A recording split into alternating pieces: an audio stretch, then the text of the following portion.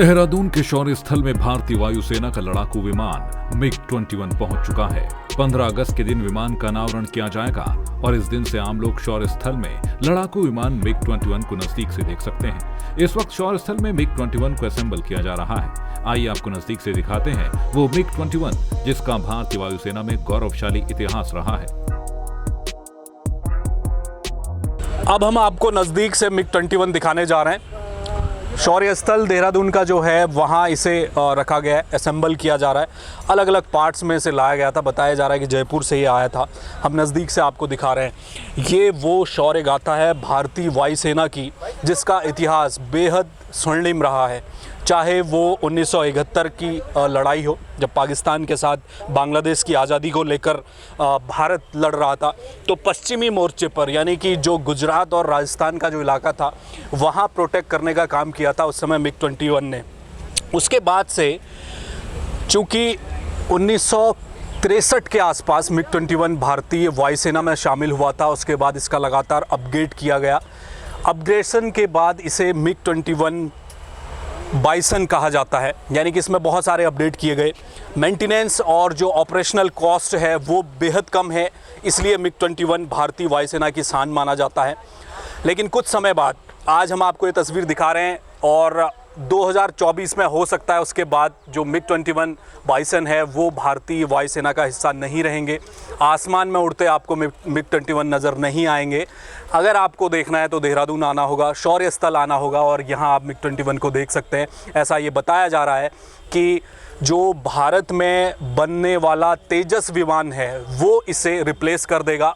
इस MiG-21 के साथ तेजस विमान अब भारतीय वायुसेना में धीरे धीरे आगे को बढ़ेंगे, उनकी संख्या बढ़ाई जाएगी। बहरहाल ये गौरवशाली इतिहास भारत कर रहा है।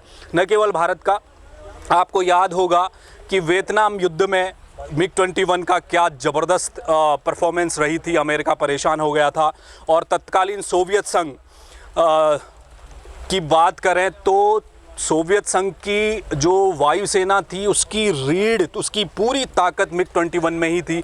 इसलिए कहा जाता है कि अमेरिका थरथराता था सोवियत संघ से उस वक्त सिर्फ MiG-21 की वजह से।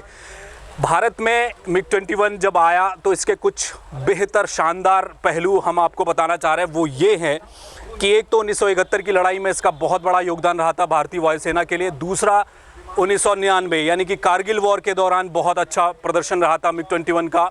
इसके अलावा एक बहुत शानदार इतिहास ये है जो अभी हालिया इतिहास जिसे आप कह सकते हैं बालाकोट स्ट्राइक। जी हाँ, आपको मालूम होगा जब भारत के विंग कमांडर अभिनंदन घुस गए थे पाकिस्तान में तो यही MiG-21 था जिसमें सवार होकर जा रहे थे। और सबसे बड़ी उपलब्धि इस MiG-21 बाइसन की ये थी कि इसी एयरक्राफ्ट से, इसी मॉडल से MiG-21 से उन्होंने पाकिस्तान के F-16 जो कि सुपरसोनिक और इस समय पाकिस्तान की सबसे बड़ी ताकत है उसे मार गिराया था। ये वो MiG-21 है। और एक जो इतिहास छोटा सा जिसे हम कह सकते हैं ब्लैक शेड, जिसे हम कह सकते हैं छोटा सा, जब हम बात करते हैं MiG-21 की तो MiG-21 में एक बात सामने आती है कि इसे फ्लाइंग कॉफिन कहा जाता है, विडो मेकर भी कहा जाता है। क्यों ऐसा इसलिए कहा जाता है, ये MiG-21 ही है जो पिछले 6 दशकों में अगर हम बात करें तो 400 बार, लगभग 400 बार MiG-21 क्रैश हुआ है और इस क्रैश में करीब 200 पायलट हमने खोए हैं। ये MiG-21 ही था। ये भी कहा जाता है कि क्योंकि ऑपरेशनल इतना ज़्यादा है, MiG-21 की इन्वॉल्वमेंट इतनी ज़्यादा है, जो वॉर एयर बैटल की जो प्रैक्टिस है उसमें लगातार इन्वॉल्वमेंट रहता है MiG-21 का, इसलिए बहुत सारे हादसे हुए हैं।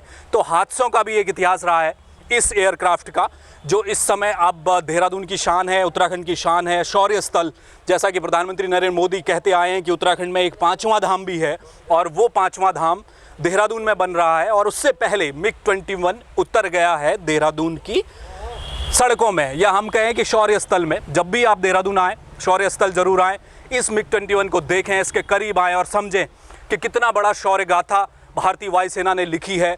और इस तरह से MiG-21 का आपके नज़दीक होना आपको एहसास दिलाएगा कि जब अभिनंदन इस एयरक्राफ्ट में बैठकर लड़ रहे होंगे तो कैसा फील कर रहे होंगे। वही जज्बा आपको भी नज़र आ 15 अगस्त के दिन मिग 21 का अनावरण किया जाएगा। संभवतः देश के रक्षा मंत्री राजनाथ सिंह शौर्य स्थल में मिग 21 का अनावरण कर सकते हैं। इस दौरान रक्षा मंत्री पुरकुल में सैन्य धाम का पूजन भी करेंगे।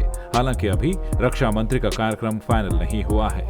जय भारत टीवी के लिए देहरादून से कैमरामैन प्रदीप बिष्ट के साथ हेम भट्ट की रिपोर्ट।